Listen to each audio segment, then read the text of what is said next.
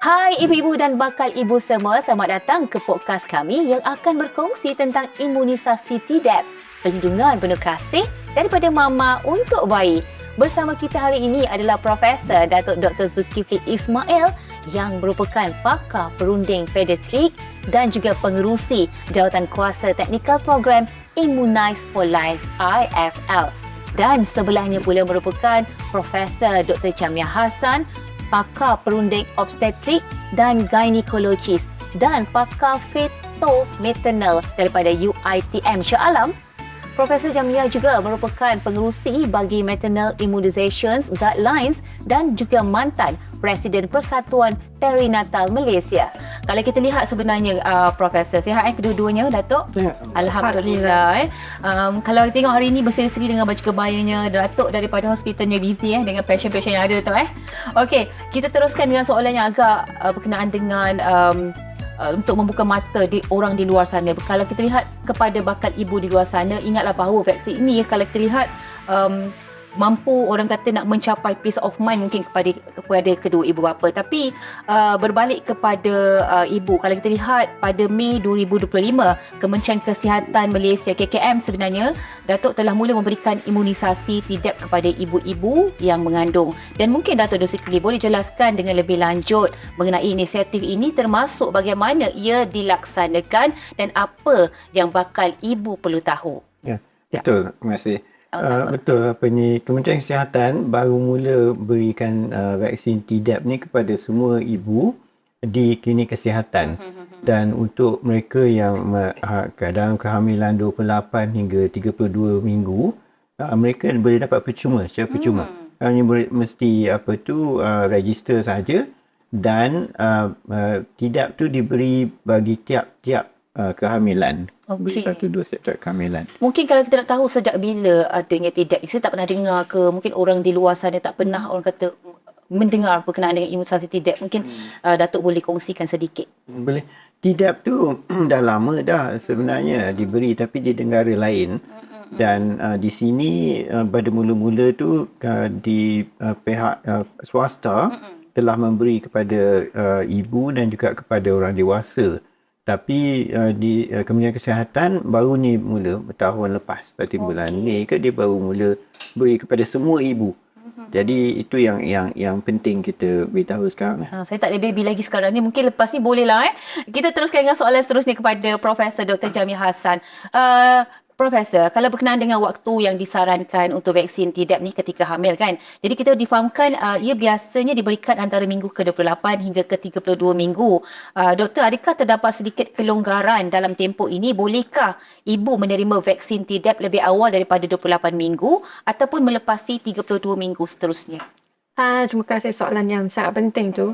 Vaksin TDAP ni boleh diberi awal. Kajian telah menunjukkan ia selamat, boleh diberi awal. Seawal lebih pada 16 minggu. Oh, awal. Kalau kita tengok di negara luar, di negara Europe ataupun United Kingdom, dia diberi sama ada 16 atau 20 minggu sampai ke 36 minggu. Di Kementerian Kesihatan, dia diberi daripada 28 ke 32 minggu. Bukan sebabnya dia tak boleh beri awal dari segi polisi.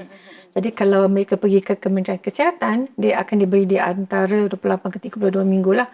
Tapi sebenarnya dia boleh diberikan lebih awal lagi, dan dia selamat, dia masih akan menunjukkan efikasi yang sama. Okey.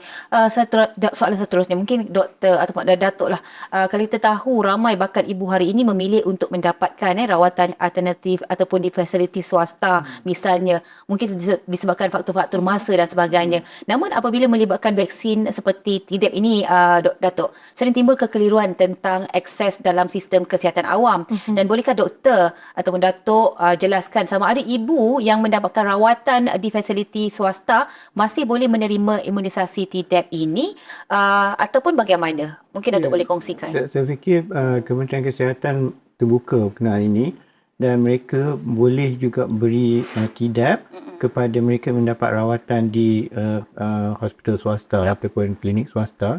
Mereka hanya perlu register dan lepas tu mintakan untuk mendapat tu, beritahu mereka punya kehamilan beberapa bulan, beberapa minggu dan mereka boleh datang. Tak ada Untuk masalah. prosedur dia memang sangat mudah lah untuk just memaklumkan Tak ada sajalah. masalah. Dia boleh online juga Oh, daripada MySejahtera tu, ataupun dia online, ataupun dia boleh buatkan appointment direct dengan klinik kesihatan. Okey, kita berbalik Tapi dia dengan macam kena buka buku juga lah. Yang orang panggil buku pink. kuping tu wajib lah sebab somehow kadang-kadang kita nak mengelakkan kuping, kita pergi swasta. Tapi kalau saya pernah ada pengalaman pergi klinik swasta tak ada buka buku kuping, marah government sebab dia wajib kalau untuk kepada ibu-ibu di luar sana. Itulah antara satu prosedur yang telah ditetapkan oleh kerajaan Malaysia, KKM especially, supaya adanya buku kuping supaya mereka boleh orang kata menyemak berkenaan dengan perkembangan bayi kita lah. Dan mungkin kalau kita lihat tadi, saya sambungkan dengan apa yang Datuk kata tadi berkenaan dengan isu orang kata pergi ke swasta. Adakah kalau kita pergi ke swasta, Profesor, pergi ke swasta kemudian nak buat awal sebab kita swasta berbayar kan, adakah ianya dibenarkan ataupun tidak boleh sebab ikut prosedur Malaysia tak boleh? Dia bukan tak boleh. Kalau kita mengikutkan guideline, consensus guideline yang telah kita keluarkan pada 2024 bawah OGSM Society, kita katakan vaksin tidak boleh diberi daripada 16 minggu ke 36 minggu. Tapi kalau kita tengok CDC, dia kata daripada 27 minggu ke 36 minggu. Dan di Singapura pun sama, 16 minggu ke 36 minggu. Jadi dia boleh diberi awal. Jadi kalau dia pergi ke Kementerian Kesihatan, memang tidak diberi awal. Sebab itu polisi dia akan kata kita akan beri sewaktu 28-32 minggu. Tapi kalau dia nak dapat awal di swasta, boleh saja. Di mana-mana pun dia beri apa klinik swasta ataupun di hospital universiti. Seperti di UiTM, kita beri juga imunisasi vaksin Tdap ni. Sama je dengan Kita swasta. sebut berkenaan dengan swasta. Kalau kita sekarang kita tahu apa-apa untuk appointment di government perlu adanya MySejahtera. Betul Datuk? Dan adakah untuk mendapatkan vaksinasi Tdap ini perlu melalui MySejahtera tersebut ataupun bagaimana langkah dan cara yang perlu dilaksanakan? Mereka boleh go through MySejahtera, tapi dia boleh juga pergi mendapatkan appointment tu telefon ke ataupun pergi ke sana lah, ke klinik kesihatan tu. Dia bergantung kepada hospital ataupun Dia klinik klinik kesihatan ibu dan anak lah yang dia melihat ibu dan anak. Okey. Klinik mengandung Selalunya dia katakan. ada tiap-tiap kawasan tu ada klinik kesihatan ni kan. Ya. So dia pergi ke klinik kesihatan berdekatan tu dan buatkan appointment. Dan senang je. Boleh.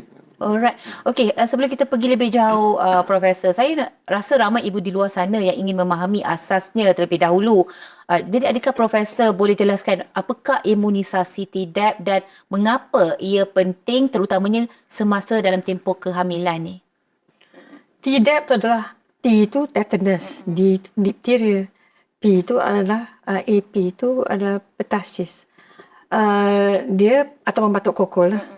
So dia vaksin Tdap ni bila kita beri pada ibu mengandung, dia akan menjana antibody dan boleh melindungi bayi sewaktu kelahiran lagi, dan untuk 2-3 bulan yang pertama sampai 6 bulan pun masih mempunyai efikasi dia untuk melindungi daripada penyakit-penyakit yang serius tadi.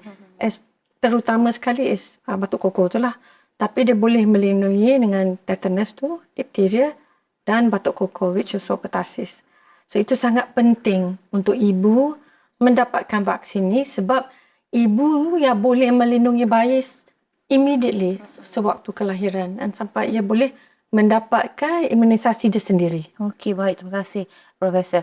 Datuk Dr. Zulkifli, kalau kita lihat pada pandangan Datuk, mengapa pihak Kementerian Kesihatan KKM memutuskan untuk memperkenalkan atau mempergiatkan imunisasi ini pada waktu sekarang, dan adakah disebabkan data terkini, peningkatan kes, contohnya saranan global atau faktor kesihatan awam lain yang menjadikan isu ini sesuai untuk dilaksanakan? Sebab kalau kita lihat ialah adanya saranan-saranan yang memerlukan untuk mendapatkan imunisasi Tdap ini. Datuk. Terima kasih. Macam apa ni Prof Jamiah kata tadi, Tdap tu tiga penyakit ya. Tapi daripada tiga tu, yang penyakit pertussis tu ataupun batuk kokol tu yang telah meningkat sangat dalam tahun 2011 daripada data Kementerian Kesihatan ya. Mereka telah mendapati dalam lebih kurang 248 kes pertussis yang direkodkan. Tapi dalam tahun 2023 dah 1,200 lebih kes. Jadi ini mereka telah menampak peningkatan kes-kes batuk kokol ni, dan kebanyakan lebih daripada 50% tu adalah pada umur kurang daripada 5 bulan. Jadi ini kalau kita nak beri perlindungan, kita perlu beri perlindungan tu sebelum bayi tu lahir, ataupun masa lahir je dah protection tu. Jadi tu pasal kementerian memilih untuk memberi TDAP kepada ibu mengandung. Bila kita dengar amount ataupun angka ni, kedengaran agak serius ataupun membimbangkan lah kan. Profesor, kalau kita lihat lebih-lebih lagi apabila melibatkan bayi bertasis ataupun batuk kokol ni, boleh menjadi sangat serius untuk bayi kerana sistem imun mereka mungkin belum matang dan sebagainya kan. Jadi saya pernah dengar tentang pertasis, tapi sebenarnya apa kesannya kepada bayi? Mungkin Profesor boleh kongsikan. Pertasis, Prof Zul boleh menjawab lebih. Dia akan menengok bayi tu. Saya tengok ibu mengandung dari bayi. Tapi kesannya sangat serius. Dia boleh mendapatkan masalah paru-paru, boleh masuk ke hospital ICU dan juga boleh mendatangkan kematian. Prof boleh sambung. Datuk boleh sambung dengan bayi ni. Pertasis ni memang sebenarnya dulu memang banyak kita tengok kes ni. Dan mereka selalunya dijangkiti dekat tekak dan paru-paru. Jadi mereka batuk teruk, betul-betul teruk batuk sampai tak boleh bernafas. Dan mereka batuk ni macam tu. Oksigen tak sampai kan tu. Dia tak boleh masuk. So lepas tu bila dia dan dia ada juga masalah lain. Virus tu boleh pergi ke otak mereka dan juga ada bahaya lain. Jadi tu sebabnya kita perlu mencegah benda ni sebelum dia kena. So sekarang ni kalau budak tu kurang daripada 5 bulan, lagi teruk penyakit dia, dan kebanyakan mereka dapat jangkitan tu daripada ibu ataupun mereka yang di sekeliling mereka. Datuk dah menjawab soalan saya seterusnya, tapi saya nak lagi kompleks lagi. Kalau kita lihat berkenaan dengan bayi boleh dijangkiti pertasis, adakah ini biasanya daripada orang terdekat seperti ahli keluarga ataupun penjaga misalnya? Dan sejauh mana sebenarnya Datuk ianya mudah berebat dalam situasi harian seperti di rumah, dan terutama sekali apabila seorang hanya mengalami batuk ringan dan tidak sedar mereka dijangkiti, dan bagaimana sebenarnya Datuk kita boleh mencegah daripada perkara ini berlaku? Betul tu, bila mereka yang sakit tu kadang-kadang dia batuk sikit je. Tapi dia dah batuk lama dalam masa sebulan, 2 bulan. Tapi dia batuk sikit. Tapi tiap kali dia batuk, dia keluarkan virus tu. Jadi kalau ada bayi dekat rumah tu, bayi tu senang dapat jangkitan tu. Especially kalau dia baru lahir and belum dapat lagi vaksin yang pertama pada umur 2 bulan tu. Jadi so kalau kita nak betul-betul protect bayi tu kan, ibu tu patut dapat TDAP, dan orang dewasa yang lain yang mungkin akan come into contact dengan baby tu patut diberi TDAP juga. Okey, sebagai example bila anak saya dulu mengandung, masa first baby dia, saya dapatkan TDAP. Pasal saya tahu inilah 11 tahun dulu lah. Saya dapatkan TDAP pasal saya nak protectkan supaya saya tak menjangkiti anak. Saya kerja di hospital kan. Saya dapat balik. Bagus betul. Selepas tu anak saya yang lain pun saya berikan injection tu. Isteri saya pun saya beri supaya bayi tu protected. Jadi orang lain tak adalah bawa pertasis tu kepada bayi baru tu. Sebab tu kalau kita bercakap tentang orang dalam pantang, tak boleh orang luar datang suka-suka orang kata berziarah dan sebagainya. Tak ada galak-galak. Kalau mereka tak sihat. Ya, betul. Especially kalau tak sihat memang tak boleh. Kalau saya punya rules, tak sihat memang tak dibenarkan dan tak boleh pun datang. Okey, kita bercakap tentang bayi tadi. Kalau Profesor, kalau kita lihat bagaimana pula pengambilan imunisasi TDAP semasa hamil membantu untuk melindungi bayi, dan bolehkah Profesor terangkan bagaimana antibodi dipindahkan daripada ibu kepada bayi, dan mengapa perlindungan awal ini sangat penting sebelum bayi cukup umur untuk menerima vaksin mereka sendiri? Satu soalan yang sangat baik dan sangat penting.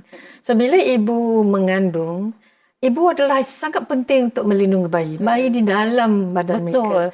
Jadi bila kita memberi vaksin TDAP pada ibu yang mengandung, ibu yang mengandung tidak akan mendapat jangkitan sebab tidak ada kuman dalam vaksin tu. Tapi ibu-ibu mengandung tu akan menjana antibodi.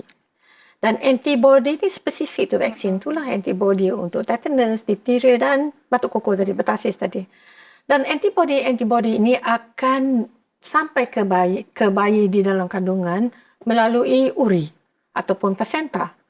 Jadi antibody yang dijanakan oleh ibu akan mengalir ke bayi melalui plasenta dan bayi mempunyai antibody dia sendiri untuk melindungi diri dia apabila dia lahir. Sebab bila bayi lahir, imunisasi mereka tidak boleh melaksanakan kerja-kerja perlindungan daripada jangkitan. Jadi vaksin adalah sangat penting sampai bayi itu mendapat vaksin mereka sendiri. Macam yang Tdap ni, ibu Tdap. Bila bayi tu dia akan detect dia lain. Dia sama juga tapi dia punya kandungan dia punya amount dia berbeza. Dan dia cuma akan dapat waktu 2 bulan, 3 bulan dan 5 bulan. Dan dia tidak lengkap dari segi kapasiti untuk melindungi diri dia sebenarnya sampai 3 vaksin tu lengkap. Jadi 3 bulan yang pertama tu dia terdedah dengan jangkitan daripada datuk, nenek, pakcik, anak, siapa sahaja. Betul. Jadi dia senang terdedah sebab especially pertasis ni senang dijangkiti. Jadi sebab itulah memberi vaksin ni pada ibu yang mengandung akan melindungi bayi sebaik bayi mendapat nafas yang pertama. Dan sekurang-kurangnya perlindungan tu akan menjadi satu perlindungan yang penting dalam 3 bulan yang pertama. Maksudnya selamatlah keadaan waktu tempoh tersebut. Dan soalan saya seterusnya, Profesor. Selepas bayi dilahirkan, apa yang berlaku seterusnya? Adakah perlindungan daripada vaksin Tdap semasa hamil itu kekal dan berapa lama bayi boleh bergantung kepada antibody tersebut sebelum memulakan jadual vaksinasi mereka sendiri? Tadi Profesor ada sebut berkenaan dengan tempoh masa 3 bulan dan sebagainya. Mungkin boleh kongsikan lebih detail lagi tempoh yang lebih sesuai dan bagaimana? Okey. Soalan yang penting juga sebab ini antibody. Betul. Sebab antibody dia tak selama-lamanya bayi tu kena membuat antibody dia sendiri.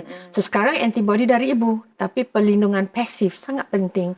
Jadi bila bayi diberi vaksin yang sama tapi dalam kandungannya berbeza pada 2 bulan dia akan menjana antibody dia sendiri tapi tidak cukup untuk melindungi dia sampai dia habis antibody tu vaksin yang ketiga which is lebih 5 bulan. Betul tak Dato'? 5 bulan. Jadi antibody dari ibu tu kajian menunjukkan dia boleh melindungi bayi dalam masa 3 bulan pertama yang sangat-sangat penting. Hampir 90% melindungi bayi daripada mendapat jangkitan pertasis. 90%. Tapi vaksin ni bukannya 100%. Tapi dikatakanlah bayi tu mendapat pertasis, dia akan mendapat pertasis dalam kadar yang rendah dan kemungkinan mendapat komplikasi itu sangat kurang. Tapi perlindungannya hampir 90%. Okey, sangat bagus. Bila kita dengar pun terasa macam kita dewasa pun kena ambil juga selepas ini. Ya betul. Okey, kita teruskan dengan soalan kepada Datuk pula. Datuk Zulkifli, tadi Datuk ada sebut berkenaan dengan kanak-kanak yang lebih besar ataupun orang dewasa kadang-kadang boleh memindahkan pertatis kepada bayi tanpa kita sedar. Tadi yang Datuk cerita dah ambil ketika 11 tahun lalu. Jadi apakah langkah praktikal yang boleh diambil untuk mencegah perkara ini? Dan adakah melibatkan vaksinasi ahli keluarga, amalan kebersihan atau strategi lain untuk memastikan bayi yang baru lahir itu kekal selamat? Itu memang benar. Kalau dah ada bayi yang baru lahir kan, kita perlu pastikan yang kepersekitaran bayi itu tak menjangkiti dia. Jadi yang pertama, kalau ada ibu tu, pastikan orang yang datang nak jumpa bayi, nak cium bayi semua tu tak ada penyakit lah. Kalau datang tengok hidung ni merah semua tu, jangan ambil dia dekat ambil kan. Yang kedua, mereka yang datang tu patutnya yang dekat lah. Macam atuk nenek, ayah dia, makcik, pakcik, siapa-siapa yang dah datang ke rumah tu dan adik-beradik ke, patut diberi vaksin Tdap ni. Patut saya kata, okey, belum Tdap tak boleh datang rumah. Boleh saya mencelah. Boleh silakan. Macam apa topik ini? Sebab yang itu, kita nak kena vaksin Tdap ni datuk, nenek, makcik, pakcik, anak beranak. Sangat ramai. Betul. Sangat susah kan? Sebab tu imunisasi vaksin, memberi vaksin pada ibu mengandung yang paling bagus. Sebab dia akan melindungi bayi tu direct. Yang lain ni, kita panggil sekeliling kan. Susah kita nak vaksin semua orang. Betul. Jadi kita vaksin ibu mengandung menjana antibody antibody mengalir ke bayi melalui uri. Di dalam sewaktu dia masih belum dilahirkan, dia telah mendapat antibody. Bila dilahirkan, even daripada orang panggil the first breath. The first breath. Dia telah dilindungi. Itu yang kita nak tu. Kita nak tahu. Sebenarnya ibu mengandung ni sebenarnya yang sangat penting. Okey. Itu yang betul tu. Okey, kita dah menjawab semua soalan tersebut. Tapi ada soalan lagi pada Profesor. Sejauh mana sebenarnya keberkesanan imunisasi Tdap ini sebenarnya? Adakah ia memberi perlindungan yang kuat untuk ibu dan bayi? Dan adakah terdapat faktor-faktor tertentu yang boleh mempengaruhi keberkesanan yang perlu diketahui oleh umum? Sebab kalau kita sebut tadi, daripada awal lahir, sedar nafas, oksigen tu je dah memang kena ada perlindungan. Tapi bagaimana Profesor melihat perkara ini? Satu soalan yang sangat baik sebab keberkesanannya kalau kita mengikut kajian, kita mesti ikut sains sedikit kan, menunjukkan dia boleh melindungi bayi sampai hampir 90%. Tetapi ibu perlu diberi vaksin tu sekurang-kurangnya 2 minggu sebelum dia melahirkan. Sebab antara 2 minggu ni adalah di mana antibody tu akan dijana dalam kadar yang tinggi. Jadi kata saya bagi vaksin tu 36 minggu, dia bersalin 37 minggu dan dia tidak akan dilindungi yang sepenuhnya. Dan dari situ kita kena vaksin datuk nenek ni semua. Sebab dia tidak cukup. Sebab itu kita katakan vaksin tu perlu diberi sekurang-kurangnya 2 minggu sebelum dia lahir. Sebab tu kebanyakan guideline mengatakan 16 minggu ke, 20 minggu ke sampai 36 minggu. Di Kementerian Kesihatan 28 minggu ke 32 minggu. Tapi tak semestinya kalau ibu tu datang 36 minggu dia tak beri. So dia case to case basis. Kalau kita tengok kajian di United Kingdom, kalau dia datang 38-39 minggu pun dia beri. Tapi dia akan mengatakan kadar lindungan itu adalah kurang. Disebab dia kurang daripada 2 minggu dan dia akan sarankan vaksin orang-orang yang lain tu. Jadi poin dia adalah vaksin awal. Kalau boleh lagi awal lagi bagus. Sekurang-kurangnya 2 minggu sebelum bersalin. Jadi kita tak tahu bila nak bersalin kan. Jadi sebab tu dia punya ada range dia lah. Kalau kata dah bagi tapi tak cukup, dan kita lindungi dari sisi yang lain tu lah. Okey, menarik topik ini sebenarnya. Kalau kita lihat, bila kita dah dengar lega, rasa lega bila kita tahu sebenarnya orang dewasa pun boleh mengambil Tdap dan sebagainya. Tapi sebenarnya Datuk pula, bila kita tahu imunisasi Tdap ini boleh melindungi bayi daripada penyakit serius ini, Datuk juga boleh menyebut tentang tetanus dan juga difteria. Apakah sebenarnya tetanus? Tetanus tu ialah penyakit yang disebabkan oleh sejenis bakteria yang didapati di tanah dan sebagainya. Tapi dan selalunya berlaku apabila bayi tu lahir dan kita potong dia punya umbilical cord tu kan. Dan penyakit tetanus ni masa mula-mula saya kerja dalam tahun 70-an 80-an tu, banyak baby dan kanak-kanak yang kena penyakit tetanus. Dan mereka ni ada kena demam, lepas tu kena, dia panggil kancing gigi kan.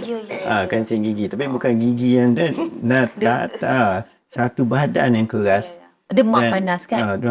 Demam badan tu keras dan kita harus bubuhkan bayi tu di satu corner ICU tu supaya dan gelap kan, supaya mereka tak dapat stimulus. Kalau buka lampu aja mereka jadi spasm keras otot ni, kita perlu beri banyak ubat untuk nak relaxkan dia dan sebagainya. So ni masa 70-an 80-an dulu. Sekarang ni dah kurang dah berlaku tu kerana ibu diberi ada vaksin yang tetanus yang diberi sekarang ni memang ada diberi, tapi hanya tetanus sahaja. Yang Tdap ni adalah tetanus dengan difteria dengan pertasis sekali. So ini kita yang baru so kita nak melebarkan lagi protection tu lah. Okey, Profesor pula, saya masih ingat menerima suntikan TT ketika hamil dulu dan saya pasti ramai ibu di luar sana pun pernah menerimanya juga. 3 kali saya pernah terima sebab 3 orang anak kan. Jadi bagaimana sebenarnya suntikan itu? Adakah ia masih memberi perlindungan kepada bayi atau adakah kita masih perlu mempertimbangkan untuk mendapatkan imunisasi Tdap? Sekarang vaksin tetanus tu bila kita dah beri vaksin Tdap tu, Tdap tu T tu adalah tetanus. Jadi maksudnya kita beri tetanus. Tapi dalam 3 serangkai. Macam tadi Datuk tu katakan pertasis sangat penting, batuk kukuh sangat penting. Tapi dia tidak ada vaksin bersendirian yang bagi untuk batuk kukuh saja. Tapi dia 3 serangkai. Tetanus, difteria, pertasis. Tapi Di Kementerian Kesihatan ataupun even WHO mengatakan kalau kita tidak tahu sejarah vaksin tetanus seseorang ibu mengandung itu dan dia mengandung untuk kali pertama, dia boleh diberi vaksin tetanus dahulu. Selepas 4 minggu yang kemudian kita bagi vaksin tidak. Jadi kita dapat 2 dos lah. Tapi kalau kita tahu sejarah imunisasi vaksin tetanus dia yang melebihi 5 daripada kanak-kanak, dan kita beri 1 Tdap saja. Tak perlu memberi vaksin tetanus bersendirian. Cuma di Kementerian Kesihatan dikatakan kalau pertama kali mengandung dan tidak tahu kelengkapan vaksin tetanus tu, dia akan beri vaksin tetanus sahaja dahulu. Dan diikuti dengan vaksin Tdap 4 minggu, selepas 4 minggu kemudian lah. Kalau dia bagi vaksin tetanus tu 20 minggu, dia akan bagi vaksin Tdap tu 28 minggu. Tak ada masalah. Tapi dia akan dapat 2 vaksin tetanus tu. Tapi kalau dia mengandung kali kedua, ketiga, dia tidak perlu. Tapi sebenarnya kalau kita bagi Tdap 1 je pun mencukupi. Cuma kita tidak tahu sama ada vaksin tetanus. Tetanus sangat penting macam Datuk cakap tadi tu. Dan tidak ada mudaratnya untuk memberi 2 dos. Okey. Seterusnya, Profesor, adakah ini bermakna suntikan ATT tidak lagi ditawarkan kepada ibu hamil atau adakah ia masih tersedia dalam bentuk tertentu? Boleh doktor jelaskan dengan lebih terperinci tak? Dia masih boleh ditawarkan, especially kalau mereka yang tidak tahu sejarah vaksin tu. Kadang-kadang orang datang dari luar negara ke kan? Betul. Yang bersalin di sini, tak tahu dia masih boleh bagi vaksin tetanus tu. Tapi Tdap tu kita sarankan sekarang, alhamdulillah, Kementerian Kesihatan sangat-sangat prihatin. Dan saya ingin mengucap syabas pada Kementerian Kesihatan sebab sangat prihatin dan memberi vaksin percuma Tdap kepada semua ibu mengandung. Kita katakan semua, termasuk bukan warga negara, itu sangat-sangat penting. Sebab dia penyakit yang boleh berjangkit. Dan melindungilah. Untuk melindungi bayi, tak kisahlah siapa. Baik, terima kasih Profesor. Kita teruskan dengan Datuk. Tadi kita bercakap tentang tetanus, tapi bagaimana pula dengan difteria? Saya difahamkan ia adalah jangkitan bakteria yang boleh menjejaskan hidung dan tekak, malah menyukarkan bayi untuk bernafas. Mungkin Datuk boleh jelaskan betapa seriusnya penyakit ini kepada bayi yang kecil. Penyakit difteria memang teruk kerana dia selain daripada menjangkiti hidung dan tekak dan paru-paru tu, dia actually membuatkan satu selaput di dalam saluran pernafasan tu. Jadi selaput tu dia blokkan pernafasan. Jadi anak tu tak akan dapat memasukkan udara ke dalam. Dan kes-kes difteria dulu dalam tahun sebelum ada 6 dalam 1 dan 5 dalam 1 kan. Pesakit-pesakit yang difteria ni kita kena tebuk kat sini supaya mereka dapat bernafas. Kalau tidak mereka akan meninggal sebabkan tu. Jadi itu yang bahaya dia dengan difteria. Kita dah tak ada lagi kes-kes difteria di sini ya. Kes difteria yang satu yang pernah saya tengok dan dalam tahun 80-an dulu, awal 80-an dulu, ialah budak yang besar dalam 7 tahun ke 5 tahun macam tu. Dan kita tak masa tu tak kenal difteria, pasal difteria tak pernah dilihat ya. Tapi bila tu dan budak tu susah nak bernafas. Dan kita hanya tahu dia difteria selepas tu kerana ni masa tu ada kumpulan yang agama kan yang tak nak vaksin. Yang anti vaksin ya. Dia daripada kawasan tu. Dan pada sebab tu dia datang dan kita pun cuba nak resuscitate dia semua kan, tapi tak percayalah. Selepas tu yang Kementerian Kesihatan pergi ke komuniti tu, beri vaksin kepada semua orang di situ. Bagi memastikan semua perlindungan. Supaya tak ada lagi kuman tu lah. Yalah. Okey, benda ni sangat penting sebenarnya berkenaan dengan kesihatan sebab imunisasi ini sebenarnya ada kita bersentuh berkenaan dengan golongan yang menerima dan tak menerima, itu satu hal lah. Mungkin kita boleh sambung to another podcast. Tapi saya nak teruskan kepada Profesor. Saya yakin sebenarnya Profesor, ada setengah ibu yang bimbang dan akan keselamatan imunisasi Tdap ini, terutamanya sebenarnya mengenai keselamatan untuk diri sendiri dan juga bayi. Jadi mungkin Profesor boleh terangkan sejauh mana tahap keselamatan sekiranya ibu yang sedang hamil ini mengambil Tdap. Sebenarnya kita para doktor sangat-sangat pentingkan kesihatan ibu dan bayi. Kita tidak akan beri sesuatu yang akan memudaratkan ibu dan bayi. Jadi kita perlu melihat data dan sains. Dan saya ingin mengatakan pada ibu-ibu yang di luar sana, ibu memainkan peranan yang sangat penting untuk melindungi bayi-bayi mereka yang di dalam kandungan dan selepas kelahiran. Dan kalau kita mengikut data daripada vaksin Tdap ni bukan baru. Macam Datuk katakan tadi, ia disarankan pertama kali 2012 dan sekarang dah melebihi 10 tahun. Data-data yang kita ada dan hampir lebih pada 50 negara yang menggunakan Tdap ni. Bukan kita saja di sini, di kawasan Southeast Asia ni, Singapura, Malaysia, Thailand, Indonesia, semua menggunakan vaksin yang sama. Dan data-data dari seluruh dunia mengatakan vaksin ini adalah selamat kepada ibu-ibu mengandung. Dan mereka akan terus mengumpul data untuk melihat keselamatan vaksin. Bukan vaksin ini saja, vaksin-vaksin yang lain. Jadi saya ingin menekankan kita akan memastikan apa yang kita sarankan pada ibu mengandung selamat untuk ibu dan untuk bayi. Dan kita percaya sekarang ini melihat data-data yang ada, vaksin itu selamat untuk digunakan dan mempunyai efikasi yang tinggi untuk melindungi bayi selepas kelahiran dan sekurang-kurangnya 3 bulan yang pertama. Baik. Dari penyakit hepatitis, batuk koko yang pertamanya lah, yang penting. Okey, itu berkenaan dengan ibu. Bagaimana pula bayi? Kalau kita lihat keselamatan, ini ibu yang risaukan diri sendiri, tapi ada juga ibu yang risaukan anak mereka. Jadi bagaimana tahap keselamatan kepada bayi pula, Datuk? Mungkin boleh kongsikan. Daripada yang apa yang diberi kepada ibu tu, dan sekarang ni tak ada apa masalah kepada bayi, ya, dan especially bila dia dah pastikan bahawa di antara minggu-minggu yang kehamilan tu tak ada apa-apa yang menyebabkan kerosakan kepada otak bayi ke ataupun di-deliver lebih awal daripada biasa kan disebabkan vaksin tu, ya. Dan oleh sebab ini adalah antibody daripada ibu kepada anak, maka tak ada masalah safety lah berkenaan dengan tu, ya. Okey, mungkin sebelum kita mengakhiri topik kita pada hari ini, mungkin ada tak kata-kata terakhir Profesor boleh kongsikan kepada semua penonton yang mendengar berkenaan dengan isu orang kata pengambilan imunisasi Tdap ini. Mungkin kita mulakan dengan Profesor dulu. Saya harap semua ibu-ibu mengandung akan mengambil vaksin Tdap ini untuk melindungi bayi dalam kandungan dan juga selepas kelahiran untuk melindungi bayi daripada penyakit batuk kokol atau hepatitis.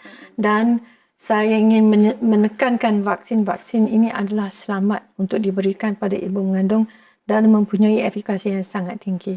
Okey, mungkin bagaimana pula Datuk kata-kata terakhir kepada semua penonton yang mendengar kita punya sesi pada hari ini? Dia macam ni, kalau kita dah beri Tdap tu ataupun tak beri Tdap tu, yang imunisasi untuk bayi selepas tu, masa umur 2 bulan, 3 bulan dan 5 bulan dan sebagainya, perlu diberi kepada bayi, ya. Jangan kita fikir dah beri ibu lepas tu anak tak payah beri, kerana macam kita cakap perlindungan tu hanya beberapa bulan saja, dan kita perlu beri 6 dalam 1 tu, ya. Dan kalau kita tak sempat nak dapatkan Tdap ni, kurang-kurangnya dapatkan Tdap untuk orang lain yang berdekatan dengan bayi itulah, supaya kita nak protectkan saya kena ambil lah depannya. Okey, baiklah, mungkin perbincangan kita amat di sini, tapi perbincangan ini sebenarnya amat bermakna dan membuka mata bukan pada saya saja, tapi orang di luar sana. Jadi kepada anda bakal-bakal ibu di luar sana, ingatlah bahawa vaksin ini mampu melindungi bayi anda daripada pertasis yang boleh mengancam nyawa. Ia boleh didapati di klinik kerajaan dan disarankan antara minggu ke-28 hingga ke-32 kehamilan. Dan ini juga merupakan salah satu langkah terpenting yang boleh anda ambil untuk melindungi bayi anda sejak pertama mereka dilahirkan. Baiklah, terima kasih kepada kedua-dua panel kita pada hari ini, iaitu merupakan Profesor Datuk Dr. Zulkifli Ismail dan juga Profesor Dr. Jamia Hassan kerana sudi bersama saya, Mas Ramala, untuk membincangkan topik kesihatan yang sangat penting pada hari ini. Untuk anda di luar sana, nak tahu berkenaan dengan maklumat lanjut, anda boleh berbincang dengan doktor anda atau boleh terus melayari laman web rasmi Immunize for Life. Assalamualaikum dan kita jumpa lagi.